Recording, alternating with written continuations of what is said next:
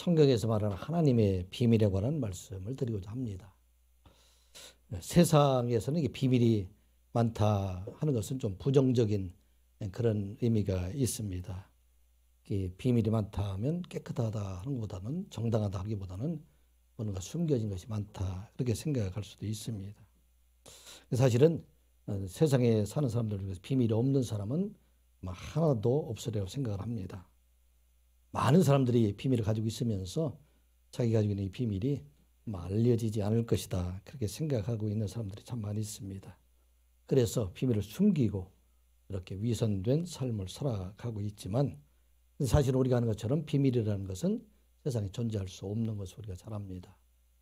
먼저 나 자신이 알고, 하나님께서 알고, 비밀의 당사자인 다른 사람들이 알고 있기 때문에 잠시 동안 숨겨질 뿐이지 영원토록 이게 드러나지 않는 비밀은 세상에 없다 하는 것을 우리가 잘 알고 있습니다. 그래서 아무리 그 비밀을 드러내지 않으려고 하더라도 그 얼굴 속에 그 표정을 보면 그 비밀이 숨겨져 있는 것, 무엇인지 알지 못하지만 그것을 알 수 있는 것을 보게 됩니다. 비밀을 숨기려고 당당하게 이렇게 서서 말하고 있지만, 그러나 그 속에 있는 그 두려움, 무서움, 이것은 그 지위를 공화를 막론하고 어린아이서부터 시작을 해서 어른들까지 나타나게 된 것을 우리가 보게 됩니다. 그런데 우리 그리스도 안에 있는 비밀은, 이 비밀이 있는 사람들에게는 세상이 알지 못하는 참 기쁨과 평안이 그 안에 있다 하는 것을 보게 됩니다. 은혜 받은 사람들을 보게 되면은 왜 그렇게 싱글벙글한지, 사실은 그 가지고 있는 것도 아무것도 없고 힘든 일들이 많이 있음에도 불구하고 그 마음속에 기쁨이 있는 것은 그 안에 숨겨진 비밀이 있기 때문이다 하는 것을 우리가 알 수가 있습니다. 이 비밀은 사람들이 지혜로 아무리 하려고 해도 알 수 없는 그런 비밀이고, 하나님께서 은혜로 우리 마음속에 열어주시게 될 때 세상에 알지 못하는 그런 비밀을 가지게 된다 하는 것을 말하고 있습니다. 오늘 이 시간 여러분들이 눈을 들어서 이렇게 청종하는 것들도 여러분들 속에 세상들이 알지 못하는 그런 비밀을 가지고 있기 때문에 우리는 기쁨으로, 감사함으로 하나님 앞에 예배할 수 있는 것입니다. 그 비밀의 첫째 되는 것은 예수 그리스도가 우리의 비밀이다 하는 것입니다. 예수 그리스도를 믿는 것은 아무나 할 수 있는 것이 아니라 세상에 많은 사람들이 있었는데 그 마음을 우리에게 열어준 사람들, 그런 사람들만이 우리가 예수 그리스도를 믿고 예수 그리스도 이름을 부르면서 우리가 기쁨과 감사함으로 살아갈 수 있다 하는 것입니다. 예수님에 대한, 그 그리스도에 대한 예언을 구약 성경에서 모세로부터 시작을 해서 많은 선지자들을 통해서 그리스도 메시아가 이 땅에 오셔서 그분이 온 세상의 많은 사람들을 구원하실 것이다 그렇게 예언했지만, 그분이 예수라는 것, 베들레헴에서 나타난 하나님의 아들 되시는 하나님의 사람의 몸으로 오신 예수라는 것은 구약시대에 있는 누구도 알지도 못했습니다. 그런데 그분이 2000년 전에 베들레헴의 사람의 몸으로 오셨습니다. 사람의 몸으로 오셔서 십자가의 죽으심을 통해서 그를 믿는 모든 사람들의 죄를 대속해 주시고, 우리가 죄인이라 할지라도 우리 예수 그리스도를 믿는 사람들, 우리 모두가 그의 죄를 대속해 주는 은혜로 죄사함의 은혜가 우리 안에 있고, 또 무덤에서 죽으셨다가 부활하심으로 인해서 그를 믿는 모든 사람들에게 이 세상의 끝이 아니라 영원한 생명이 그 안에 있다. 이것도 비밀이다 말씀입니다. 그리고 예수 그리스도께서 하늘에 올라가셔서 하나님 보좌 우편에 앉아 계셔서 영원토록 살아 계심으로 통해서 그를 믿는 우리도 이 세상의 끝이 아니라 이 세상이 끝나는 날 우리들에게도 영원한 하나님 나라에서 살아갈 수 있도록 그런 소망을 가지고 살아가는 것, 이게 예수 그리스도가 우리 안에 비밀이 되시기 때문이다 하는 말씀입니다. 진정으로 예수 그리스도를 믿는 사람들에게는 사실은 세상에 살아나갈 동안에 염려도, 근심도, 걱정도 그 사람을 지배할 수 없다 하는 것을 잘 알고 있습니다. 지난주에도 잠깐 돌아봤지만 고린도후서 4장 7절의 말씀이 이렇게 기록이 되어 있죠. 우리가 이 보배를 질그릇에 가졌으니 이는 심히 큰 능력이 하나님께 있고 우리에게 있지 아니함을 알게 하려 함이라. 우리가 사방으로 우겨쌈을 당하여도 쌓이지 아니하며 답답한 일을 당하여도 낙심하지 아니하며 박해를 받아도 버림받지 아니하고 거꾸리림을 당하여도 망하지 아니하고, 우리가 항상 예수의 죽음을 몸에 짊어지면 예수의 생명이 또한 우리 몸에 나타나게 하려 함이라. 아멘. 이게 바로 비밀이에요. 예수 그리스도가 우리 속에 질그릇된 우리 아프고 넘어지고 실망하고 이런 우리 몸에 계심으로 인해서 어떻게? 성령으로 예수 그리스도께서 하나님과 함께 우리 마음속에 계시기 때문에 삼위일체 하나님이 이 시간 예배하는 우리와 함께 계시다. 그래서 세상에서 아무리 재난과 근심이 있다 할지라도 이것은 막 우리를 힘들고 우겨 싼다 할지라도 쌓이지 않는. 왜? 이 모든 것을 이기시는 분, 그분이 바로 우리 속에 있기 때문이다 하는 말씀입니다. 아무리 박해를 당해도 우리가 두려워하지 아니하는 것은 우리가 그리스도의 죽으심과 부활을 믿는 우리들에게는 그 생명이 우리들에게 또한 나타나게 되기 때문에 우리는 두려워하지 않고 담대함으로 살아갈 수 있다 하는 것을 말하고 있는 것입니다. 이 시간 예배한 우리 모두에게 예수 그리스도가 여러분 속에 계심을 믿으시는 여러분들 되시기 바랍니다. 그래서 세상 가운데서도 담대하게 믿음으로 험한 세상을 이기며 살아가는 자가 될 것을 말씀합니다. 또한 우리의 비밀은 교회이다. 지금 우리가 교회가 참 많이 있잖아요. 그런데 이 비밀이 옛날 구약시대에는 비밀이 숨겨져 있던 것이 바로 교회이다 하는 걸 말하고 있는 것입니다. 유대인들이나 이방인들이나 그 사람들이 하나님 앞에 직접 나아갈 수 없었어요. 유대인들에게는 성소가 있었는데 그 성소가 우리가 아는 것처럼 성소가 있고 지성소가 있고 지성소 안에는 그곳에 언약궤가 있고 언약궤에 그룹이 있었어요. 그러면 천사의 모습을 하고 있는 그 그룹이 있었는데 그곳에 하나님의 임재의 장소가 되기 때문에 하나님을 만나려면 그곳에 들어가야 하나님을 만날 수가 있는데 그곳에 들어갈 수 있는 것은 1년에 한 번밖에 들어갈 수가 없었어요. 그것도 염소의 피와 송아지의 피를 가지고 들어갈 수 있는 것이 바로 성소입니다. 유대인들도 그곳에 들어갈 수 없고 특별히 이 이방인들은 성전 가까이도 가기가 어려웠어요. 성전 밖에 제사장의 뜰이 있고 이스라엘의 뜰이 있고 이방인들의 뜰이 있는데 그것을 넘어서 성전까지도 이방인들은 들어갈 수가 없었습니다. 그런데 이와 같이 유대인과 이방인 모두가 하나님 앞에 들어갈 수 있는 것, 이것은 바로 예수 그리스도를 통해서 우리로 하여금 이제는 하나님 앞에 바로 나아갈 수 있는 그 길을 열어주셨다 한 것입니다. 우리 여기 지금 예배드린 장소에 우리가 이곳에 앉아있다는 얘기는 바로 우리가 하나님 앞에 마주 서서 하나님께 나아갈 수 있는 그 길을 우리에게 열어주셨다 하는 말씀입니다. 이게 바로 비밀이에요. 구약시대에는 하나님께 나가는 그 길을 제사장을 통해서 간접적으로 나갔는데 이제는 예수 그리스도를 통해서 우리가 직접 하나님 앞에 나아가게 되셨다. 히브리서 10장 19절부터 20절까지 이렇게 말씀을 기록을 하고 있어요. 그러므로 형제들아 예수의 피를 힘입어 성소에 들어갈 담력을 얻었나니 그 길은 우리를 위하여 휘장 가운데로 열어놓으신 새로운 살 길이요 휘장은 곧 그의 육체니라. 아멘. 육체에 되신 예수 그리스도, 사람의 몸으로 오신 예수 그리스도, 그분이 십자가의 죽으심을 통해서 우리의 모든 죄를 대속해 주셨기 때문에 이 죄로 인해서 하나님께 나간 그 길이 휘장으로 갇혀져 있는데, 가려져 있었는데 예수의 죽으심으로 인해서 그 휘장이 열려져서 이제 우리 모두가 하나님 앞에 나아가게 하셨다. 이게 바로 교회라는 얘기예요. 그래서 우리가 교회에 와서 예배드린다는 얘기는 바로 살아계신 하나님을 우리의 눈에 보이지 않지만 그 하나님을 직접 만날 수 있는 장소가 이곳이다. 에베소 2장 20절에 그렇게 또 말씀하셨어요. 너희도 성령 안에서 하나님이 거하실 처소가 되기 위하여 그리스도 예수 안에서 함께 지어져 가느니라. 아멘. 너희는 누구예요? 우리 사람들을 말하고 있죠. 교회를 말하고 있어요. 성령 안에서 하나님이 거하실 처소가 바로 이 교회가 되기 때문에 그래서 그곳에서 우리 함께 교회를 이루어가게 한다 하는 말씀입니다. 그래서 세상에 많은 교회들은 사람들이 그 교회를 때로는 비난하고 때로는 저주하고 때로는 욕하고 있지만 그런데 예수 그리스도가 머리가 되시고 또 우리 모든 성도가 몸이 된 모형의 교회, 그 교회는 결코 망할 수가 없고 이 교회를 통해서 우리 하나님께 나아갈 수 있는 길을 우리들에게 열어주셨다 하는 말하고 있는 것입니다. 여러분들 교회를 떠나지 말아야 되는 이유가 바로 그거예요.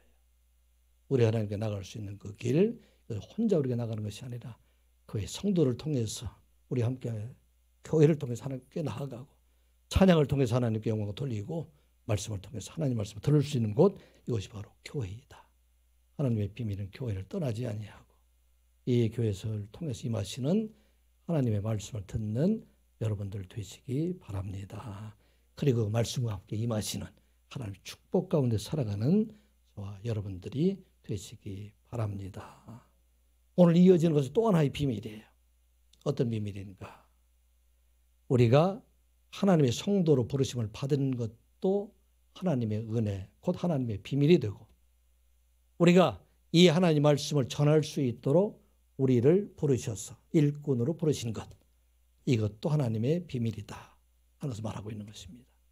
그리스도도 비밀이고 교회도 비밀이지만 우리가 태초로부터 택함을 받아가지고 하나님의 믿는 믿음의 자녀로 나타나게 된 것, 이것도 바로 하나님의 비밀이다. 그렇게 말하고 있는 것입니다. 7절 말씀 같이 보겠습니다. 이 복음을 위하여 그의 능력이 역사하시는 대로 내게 주신 하나님의 은혜의 선물을 따라 내게 일꾼 되었노라. 아멘. 사도 바울이 하나님의 교회에 대한 비밀을 말하고 또 예수 그리스도에 대한 비밀을 말하고 난 다음에 지금 7절에 이어진 말씀이에요. 이 복음을 위하여 하나님의 비밀인 복음, 예수 그리스도의 죽음을 통해서 우리의 죄를 사함을 받고 그를 믿는 사람의 영원한 생명을 줄 뿐만 아니라 그를 믿는 자들에게 영원한 하나님의 나라에 이르게 되는 것, 이것을 바로 비밀을 주셨는데 이 복음을 전하는 자 총으로 세워주는 것, 이것도 하나님의 은혜의 선물, 내가 하고자 하는 것이 아니라 하나님께서 은혜로 우리들에게 주셨다 하는 것입니다. 은혜란 뭐예요? 우리가 생각할 수 없는 것이죠. 그런데 하나님께서 하나님 선물로 주신 것, 이게 바로 하나님의 비밀이 된다 하는 것입니다. 그 일꾼이 되었노라. 이 일꾼이 되었다는 이야기는 원어로 보게 되면 에게네 센 이렇게 되어 있는데 NIV 성경에서는 영어에서 번역할 때, 원어로 번역할 때 I became a servant, 내가 종이 되었다, 그렇게 번역을 하고 있는데 킹 제임스 버전에서 그렇게 번역을 안 했어요. 어떻게 번역하냐면 I was made a minister, 내가 만들어졌다. 누구에 의해서? 하나님에 의해서 만들어졌다는 것입니다. 그리고 종된 것, 사도 바울이 종된 것, 이것은 내가 원해서 된 것이 아니라 하나님의 비밀, 그 하나님의 선물에 따라서 나로 하여금 하나님의 비밀을 맡은 자로 삼아 주셨다 하는 것을 말하고 있습니다. 사도 바울이 돌아보니까 자기는 도저히 하나님을 믿을 수 없는 그런 사람이었었어요. 어떤 사람이었습니까? 율법을 열심히 연구한 사람이 되기 때문에 그 사람이 생각할 때는 예수는 이단처럼 생각을 했어요. 하나님의 믿는 것에 맞지 않는 것으로 생각을 했어요. 그래서 예수 믿는 사람들을 박해하는 일에 앞장섰던 사람이 바로 우리가 사는 사도 바울입니다.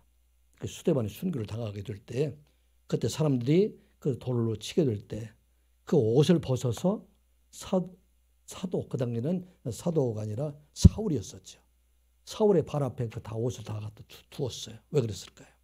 사람을 죽이는 것은 불법인데 예수 믿는 사람들, 이 사람은 하나님의 거룩함에 도전하는 사람들이 되기 때문에, 이 사람들이 이단이 되기 때문에 이 사람을 죽이는 것은 율법에 마땅하다, 이 증인으로 섰던 사람이 바로 사울입니다. 그래서 사울 앞에 증인들에게 모든 옷을 다 가안해줬고 스데반을 죽였다, 그렇게 얘기를 했습니다. 그래서 이 사도 바울과 같이 죽음의 자리에 앞장섰던 사람들, 이 사람을 세웠다는 것, 이건 도저히 이해할 수가 없다 생각하고 있습니다.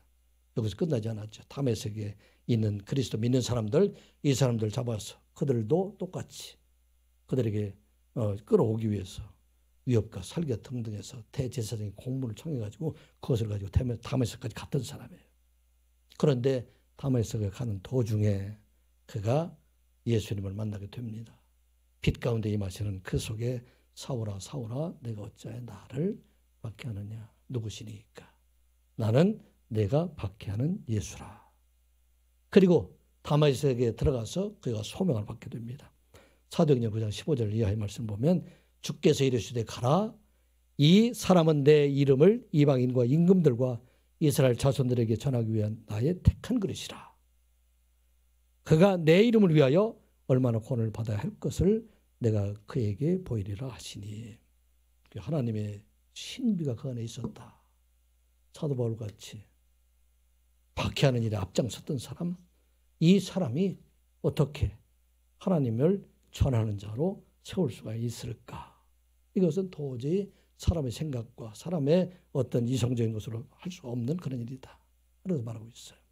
그래서 사도 바울이 고린도전서에서 내가 다 된 것, 내가 지금까지 여기까지 온 것 전적이 하나님의 은혜이다 말하고 있어요.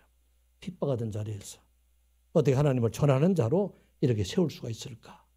이 모든 것들이 다 하나님의 신비하십니다. 그렇게 말하고 있어요. 고린도전서 15장 9절 이하 10절 이렇게 기록이 되어 있어요.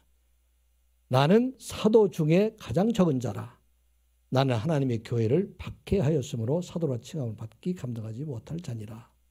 그러나 내가 나 된 것은 하나님의 은혜로 된 것이니 내게 주신 그의 은혜가 헛되지 아니하며 내가 모든 사도보다 더 많이 수고하였으나 내가 한 것이 아니요 오직 나와 함께 하신 하나님의 은혜로다. 아멘. 은혜가 바로 신비예요. 여러분들이 이해할 수 없잖아요. 그러니까 여기까지 온 것들. 이게 바로 하나님의 신비다. 교회를 박해하는 사람을 하나님께 들어서 복음을 가장 많이 전하는 자로 세운 것. 이게 바로 하나님의 은혜다 생각하게 됩니다. 오늘 저에 대한 말씀을 한번 이렇게 들어볼까 합니다. 모든 것이 다 하나님의 은혜다 하는 것을 다시 한번 생각해 보게 됩니다. 제가 제 자신에 대해서 이렇게 자주 말하지는 않지만 지금까지 목회자가 되어서 하나님 말씀을 전하는 것, 이것은 전적으로 다 하나님의 은혜로 된 것이다 이렇게 생각을 하게 됩니다. 제가 교회를 다니기 시작한 초등학교 3학년 때부터 10살 때부터 어머니를 따라서 교회를 다니기 시작을 했어요. 그런데 우리 형제들이 여러분들 한번 놀라실 거예요. 11형제, 11남매가 있어요. 그래서 시골에서 신비일남매가 자란다는 것은 사실은 이게 무슨 공부다 이런 거 할 수 있는 그런 상황들이 아니죠. 우리 형들과 누나들이 5명이 있었는데 이 형과 누나들은 사실은 초등학교 다닐 때 지금 들어보면 공부를 아주 잘했대요. 저보다도 더 잘했대요. 그런데 아무도 중학교도 못 갔어요. 그런데 저는 이 형들 3명과 또 누나의 덕분으로 서울에 있는 중학교에 진학을 해서 공부를 할 수 있게 되었습니다. 공부한 거 시작한 것도 참 하나님의 은혜다 하는 생각을 가지게 됩니다. 그런데 사실은 그 당시에 대학교로 들어갈 수 없는 그런 상황이라 상고를 들어가서 상고를 졸업하고 취직을 해가지고 그때부터 이제 돈을 벌어서 그동안 우리 가정에 빚이 많았던 거 이렇게 하나하나 좀 정리해가면서 그리고 나서 이제 군대에 갔다 오고 결혼하게 되니까 나이가 28살이 되었어요. 그래서 공부는 하고 싶은데 28살이 되어서 이제는 가정을 세워가는 그런 가정이 있었고 또 그 당시에는 지금처럼 이 진학제도가 똑같이 경쟁하는 그런 시대였었기 때문에 10년이나 고등학교 졸업하고서 이렇게 학교를 쉬었기 때문에 이렇게 진학하는 것 자체도 쉽지는 않은 그런 때였었어요. 제가 30에 대학교를 진학을 하게 되었는데 그때 제가 나이가 제일 많았어요. 저보다 나이가 어린 사람이 많은 사람이 하나도 없었어요. 제일 고령자로 대학교에 들어가서 이제 공부를 시작을 했습니다. 자, 공부를 하는 상황에서 가정도 꾸려나가야 되고 또 열심히 직장에서 일할 일도 많이 있고 그런데 학비가 또 없는 상황이니까 장학금을 타지 않으면 안 되겠다. 그래서 생각을 해서 열심히 공부를 해서 대학교 졸업할 때 경영학부 200여 명 중에서 수석으로 여러분들 졸업을 했어요. 그래서 한 200여 명 중에서 그렇게 졸업을 하고 이제는 또 직장생활을 하게 됐습니다. 한 20년이 지나서 50 가까이 되어서 이제는 어떻게 살아가는 것이 하나님께서 기뻐하시는 삶이 될까? 저는 사실은 학교 다닐 때부터 목사가 되었으면 좋겠다 그런 생각을 가졌는데 그동안 잊어버렸다가 나이 50이 되어서 이 남은 여생 얼마 남지 않았는데 어떻게 사는 것이 우리 하나님께서 기뻐하시는 일이 될까? 돈을 많이 벌어서 행복한 사람이 되는 것이 좋을까? 아니면 내가 어려서부터 꿈꿨던 목회자로 가는 것이 좋을까? 사실 목회자로 간다는 것은 저 혼자의 일이 아니라 이렇게 부부간에 일을 같이 협력하지 않으면 안 되는 일이 되기 때문에 얼마나 힘든 일이 되기 때문에 그래서 혼자 결정은 없었어요. 그렇지만 우리가 기도하는 중에 저 50에 이제 다시 신학을 시작을 하게 됐습니다. 50이 돼서 신학을 했는데 열심히 또 공부를 해서 그곳에도 열심히 공부를 하게 돼 신학 공부를 마쳤어요. 신학 공부를 마치고 나서 생각하기를 이제 교회에서 제가 전에 있던 교회가 장로로 있었기 때문에 아마 신학 공부를 해서는 그 교회에서 봉사하면 되겠다 그렇게 생각을 했는데 그 교회 당회에서 이 교회에서 신학교 졸업을 하고 목사가 되었으니 더 이상 교회를 나오지 말라. 그래서 교회를 쫓겨났어요. 말은 사직인데 거기서 쫓겨나서 더 이상 갈 교회가 없는 그런 상황이 되었습니다. 그래서 개척교회에 다니면서 한 6, 7개월 이렇게 다니면서 교회를 이렇게 보고 다니다 제가 2009년도에 선한이웃교회를 설립해가지고 섬기게 되었습니다. 만약 그 교회에서 쫓겨나지 않았으면 지금 제가 여러분들 앞에 서지를 못했을 거예요. 지금 다시 목회를 하러 가면 못했을 거예요. 그 당시 생각할 때는 저를 이렇게 더 이상 교회를 나오지 못했던 그 당회와 장로님들에 대해서 마음속으로 생각할 때 참 섭섭함이 많이 있었어요. 왜 내가 열심히 봉사하고 이렇게 했는데 우리 교회는 나오지 못하게 했을까. 지금 생각하면 참 하나님의 은혜다. 하나님께서 이렇게 여러분들을 만날 수 있는 그 길을 우리에게 준비해 주신 하나님의 신비하심이 그 안에 있다. 제가 잠깐 이벤트별로만 얘기했지만 모든 과정을 보면 다 우리 하나님의 신비한 섭리하심이 그 안에 있다. 그래 저만 그러느냐? 여러분 다 마찬가지예요. 우리 장로님의 삶을 돌아보면 또 우리 장로님의 권사님들 다 돌아보면 여러분들의 삶 속에는 그와 같은 일들이 많이 있어요. 돌아보면 이해할 수 없는 그런 일들이 우리들이 참 많이 있었다. 그 새벽기도의 말씀, 에베네셀에 대해서 여러분들 말씀드렸죠. 에베네셀 하나님은 우리가 이해할 수 없는 하나님이에요. 우리의 삶 속에 수많은 퍼즐들이 이렇게 막 널려져 있을 때 그 하나하나의 퍼즐로 보게 되면은 이해할 수 없는 그런 일들인데 이것을 다 엮어보니까 아름다운 모습으로 변화되는 것. 이게 바로 우리들의 하나님 주신 은혜이다. 우리를 하나님께서 부르신 것, 이게 바로 하나님의 은혜이다. 여러분 모두들을 우리 하나님께 은혜로 불러주셨음을 믿는 여러분들 되시기 바랍니다. 그리고 그 하나님이 여러분들을 은혜로 이끌어 가심을 믿는 여러분들의 삶이 되시기 바랍니다. 왜 우리를 부르셨어요?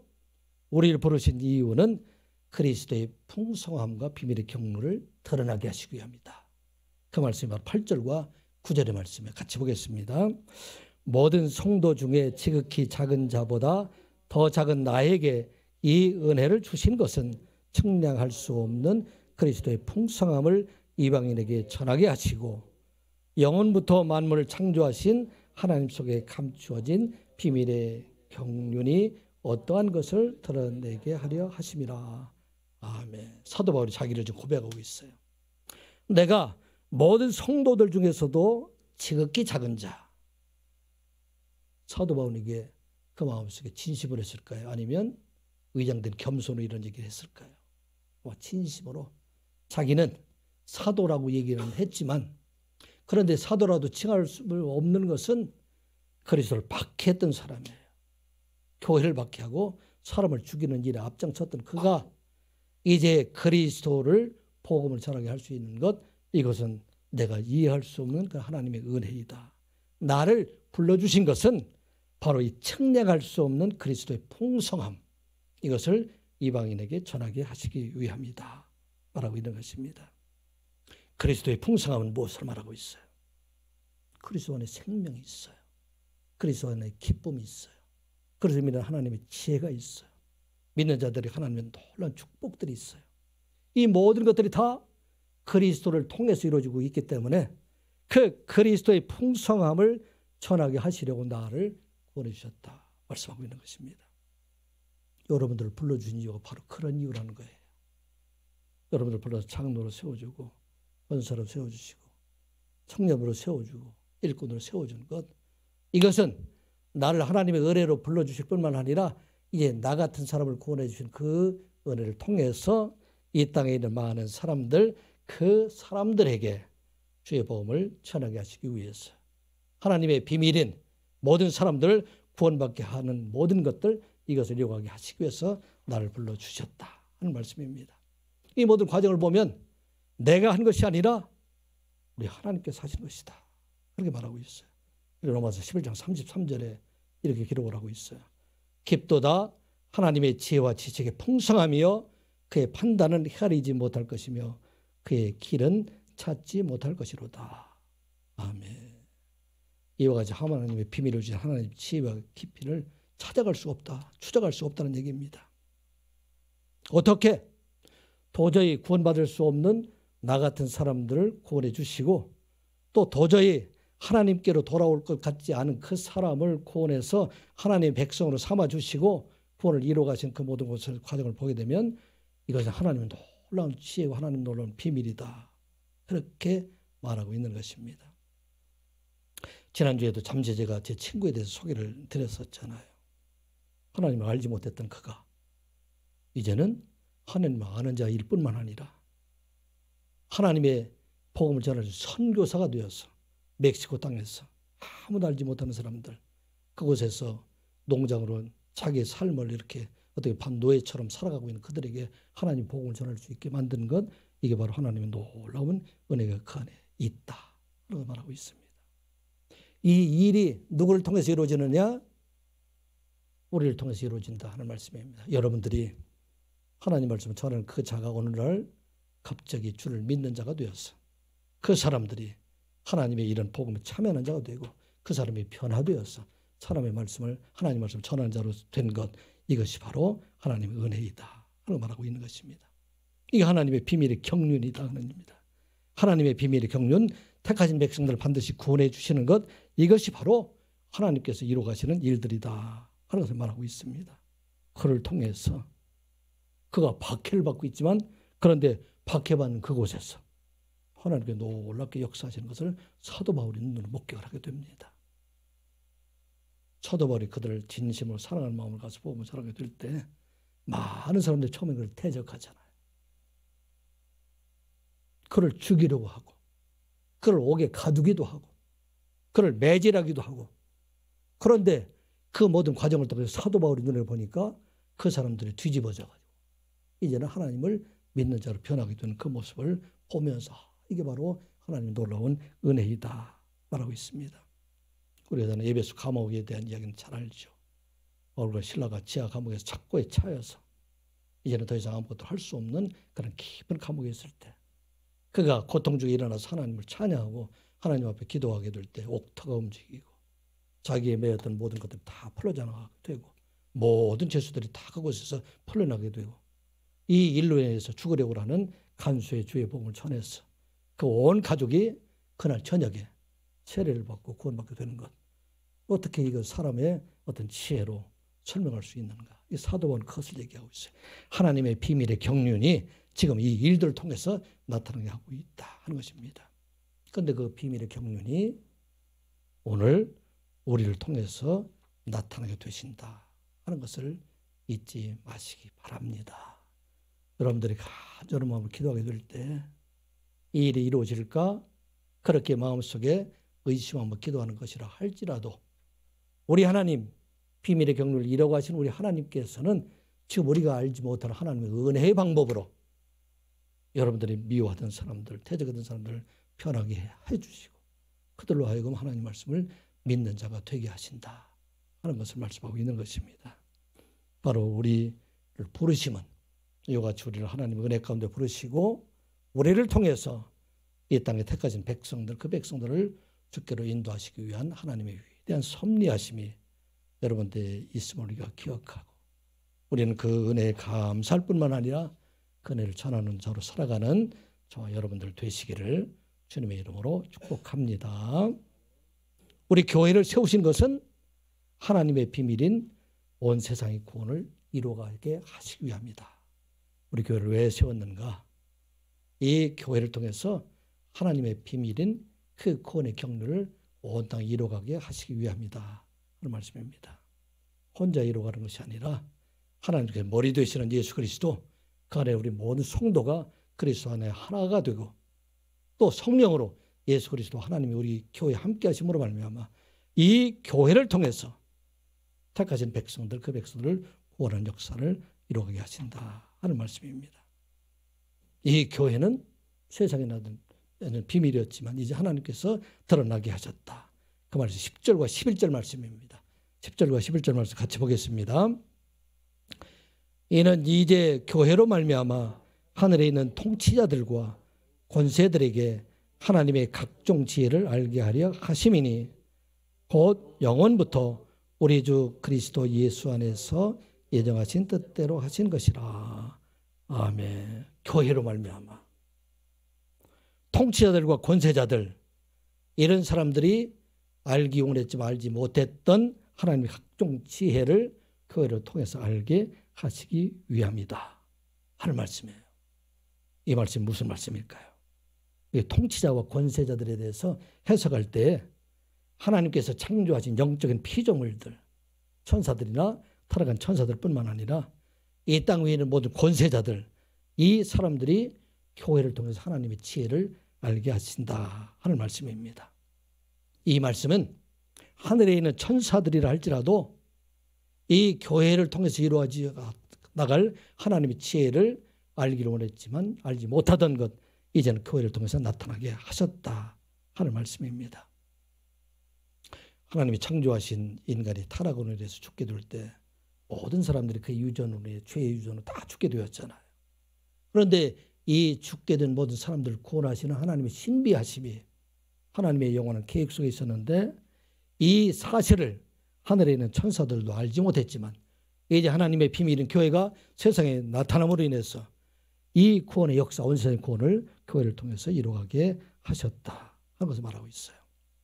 여러분들이 생각할 때 천사와 성도의 영적인 지위로 보게 되면 누가 더 높은 지위에 있는 사람 것이 될까요? 천사일까요? 사람일까요? 여러분들이 생각할 때는 천사처럼, 천사가 우리보다는 더 높은 영적인 지위에 있다. 그런데 천사는 하나님의 형상대로 지음을 받지를 못했어요. 하나님의 형상으로 지음을 받은 사람은 바로 사람입니다. 천사를 하나님의 보좌에 앉힌다는 얘기는 없어요. 요한계시록에 보게 되면 사람들 구원받은 하나님 백성을 하나님 보좌 우편에 앉히시겠다, 보좌에 앉게 하시겠다. 이 비밀이 바로 교회를 통해서 천사들에게도 알려주게 된다 하는 말씀입니다. 어떻게 이 세상을 구원할 수 있을까? 죄에 의해서 죽은 사람들, 이 사람들을 구원할 수 있는 것은 어떤 방법이 될까? 그런데 이 구원의 방법이 바로 교회를 통해서 이루어지게 있다 하는 말씀입니다. 우리 교회가 선한 육교, 우리가 예배드리는 이 장소, 이 건물이 아니라 이 바로 우리 예배드리는 모든 성도들이 모인 바로 교회예요.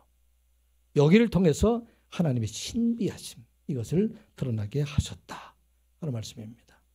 이 말씀 베드로 전서에 보면 이렇게 기록되어 있어요. 베드로 전서 1장 10절 이하 12절에 이렇게 기록되어 있어요. 이 구원에 대하여는 너희에게 임할 은혜를 예언하던 선지자들이 연구하고 부지런히 살폈어. 구원의 방법에 대해서 하나님과 온 세상에 구원하실 방법들, 이 방법들을 선지자들과 또 여기 보면 천사들도, 이런 사람들도 이 방법을 알기를 원했지만, 그런데 그 방법이 어떻게 나타나느냐, 11절에 보게 되면 자기 속에 계신 그리스도의 영이 그 받으실 고난과 후에 받으실 영광을 미리 증언하여 누구를 또는 어느 때를 지시하는지 상고하니라. 예수 그리스도 오실 때라고 말하고 있죠. 이 섬긴 바가 자기를 위한 것이 아니요 너희를 위한 것이미니 계시를 알게 되었으니 이것은 하늘로부터 보내신 성령을 힘입어 복음을 전하는 자들로 이제 너희에게 알리신 것이요. 교회를 통해서 온 세상의 구원을 이루어가는 하나님의 놀라운 계획하심이 이것이 이루어졌는데, 맨 마지막에 이렇게 기록이 됐어요. 천사들도 살펴보기를 원하는 것이니라. 아멘. 교회를 통해 놀라운 구원의 역사를 이루어가는 것, 이것은 바로 천사들도, 하늘에 있는 모든 것들도, 피조물들도 다 부러워했던 것이다. 그러므로 이 교회는 어떤 곳인가? 이게 바로 하나님의 구원의 역사, 하나님의 비밀의 경륜, 온 세상의 구원을 이루어가는 것, 이것이 바로 교회이다. 우리 하나님 앞에 예배하는 것을 끝나는 것이 아니라 우리가 예배와 말씀과 전도를 통해서 이 교회를 통해서 하나님의 구원의 경륜인 온 세상을 구원하고 이곳에 바로 하나님의 나라가 이루어지게 되는 것이 바로 교회이다. 놀라운 말씀이에요. 그러므로 여러분들 하나님 나라 그립죠. 가고 싶죠. 그런데 그 하나님 나라가 이 땅 위에서 실현되는 것이 바로 교회라는 얘기예요. 어떻게? 우리의 마음속에 이 하나님의 비밀 그리스도가 우리 마음속에서 기쁨과 감사함으로 하나님 앞에 찬양하게 될 때 그 찬양이 우리가 하나님 나라에 일어설 때 찬양과 다를 바가 없다. 교회를 통해서 천사들도 부러워했던 것이 바로 이러한 일들이다 하는 것입니다. 우리 선한 이웃 교회가 이런 교회됨을 믿는 여러분들 되시기 바랍니다. 이곳이 바로 하나님이 함께 계시는 곳이고 이곳이 하나님의 은혜가 나타나는 곳이고 하나님의 크신 복이 임하는 곳이 바로 교회이다. 그래서 말하고 있습니다. 그래서 이 교회를 통해서 우리가 하나님 앞에 담대히 나아가서 우리가 가지고 있는 모든 것들을 다 하나님께 아뢰올 수 있는 것 그리고 응답받을 수 있는 것이 바로 교회이다 말씀하고 있습니다. 12절 13절 같이 보겠습니다. 우리가 그 안에서 그를 믿음으로 말미암아 담대함과 확신을 가지고 하나님께 나아감을 얻느니라.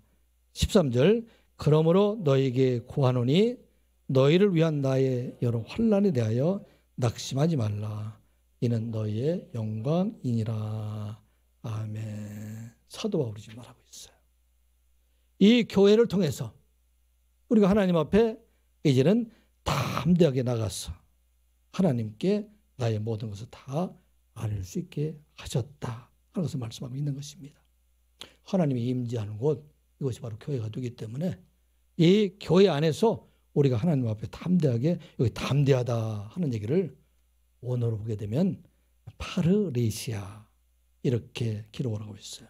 이 파르레시아라는 얘기는 어떻게 어떤 말이냐면 모든 것이라는 뜻하는 파스라는 이야기와 말과 또 말하다 하는 레오라는 이야기가 함께 합성돼서 파르레시아 이렇게 말하고 있어요.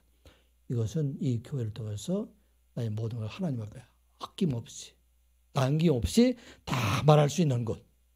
우리의 근심도 걱정도 두려움도 이 세상에 살아가면서 분노함도 모든 것을 다 하나님 앞에 아뢰고 우리 하나님의 도우심을 구할 수 있는 것이 바로 교회이다 말하고 있는 것입니다. 우리가 세상에 살아나갈 동안에 내 속에 있는 것을 마음대로 말할 수 있는 사람이 누가 있어요? 아까도 비밀 얘기했잖아요. 여러분들의 비밀을 받아줄 사람이 누가 있습니까? 우리의 비밀을 받아줄 수 있는 것은 우리의 비밀 되신 예수 그리스도 한 분이시다 말하고 있는 것입니다. 우리를 책망하지 않고 우리 것을 다 들어주시고 그리고 우리로 하여금 이 근심 걱정에서 소망을 갖게 하시는 분 이분이 바로 예수 그리스도 교회를 통해서 우리에게 하나님께 나아가게 하셨다는 말씀입니다. 그래서 사도 바울은 자기가 비록 감옥에 갇혔어도 이제 이 감옥에서 죽음의 날이 임한다 할지라도 이 교회를 통해서 하나님의 복음의 말씀들이 계속 모든 성도들이 전하여지기 때문에 그래서 사도 바울이 당하는 환난과 고통들 이것으로 인해서 너희들이 낙심하지 말라. 이 모든 과정을 통해서 하나님의 복음이 더 전파되게 하시기 위함이다. 13절에 그렇게 기록을 하고 있어요. 우리 13절 다시 한번 볼까요? 시작. 그러므로 너희에게 구하노니 너희를 위한 나의 여러 환난에 대하여 낙심하지 말라. 이는 너희의 영광이니라. 아멘. 내가 떠나간다 할지라도 내게 옥에 갇힌다 할지라도 하나님께서는 이 땅에 교회를 허락해 주셔서 그 교회를 통해서 하나님의 은혜의 말씀이 계속 선포되고 있기 때문에 너는 두려워하지 말고 오히려 이 일로 인해서 더 감사하는 자가 되라 하는 말씀입니다. 바로 선한 이웃교회가 이런 교회됨을 여러분을 믿으시기 바랍니다. 예, 선한 이웃교회를 통해서 하나님 말씀이 늘 넘치게 하시고 이 선한 이웃교회를 통해서 우리 하나님을 만나게 하시고 이 선한 이웃교회를 통해서 하나님의 은혜와 축복이 임하는 그런 교회가 되었어. 이 땅 위에 살아갈 동안에도 우리가 하나님의 백성으로 살아갈 뿐만 아니라 이제 마지막 날에 영원한 하나님의 나라에 함께 이르는 여러분들 되시기를 주님의 이름으로 축복합니다. 기도합니다. 아버지 하나님, 오늘도 하나님의 말씀을 듣게 하여 주시니 감사드리옵나이다. 하나님의 비밀인 예수 그리스도가 우리 마음속에 있음을 언제나 믿고 살아가는 저희들 되게 하여 주시옵소서. 이 교회를 통해서 하나님의 놀라운 신비, 구원의 신비가 이루어감을 우리가 믿고 직분 맡은 자도 이를 잘 감당해서 하나님 영광의 나라에 이르는 그날까지 소명을 다하는 선한 육계 모든 성도들이 되게 하여 주시옵소서. 이 땅에서도 교회를 통해서 하나님의 나라를 경험하며 살아갈 뿐만 아니라 이 시간 예배한 우리 모두가 영원한 하나님의 나라에 이르는 그날을 소망하며 그날에 하나님의 나라에 다 함께 만나는 그날을 이루어가시기를 간절한 마음으로 기도하는 저희들 되게 하여 주시옵소서. 저희를 통해서 이루어지게 하여 주시옵소서. 예수님의 이름으로 기도드리옵나이다. 아멘.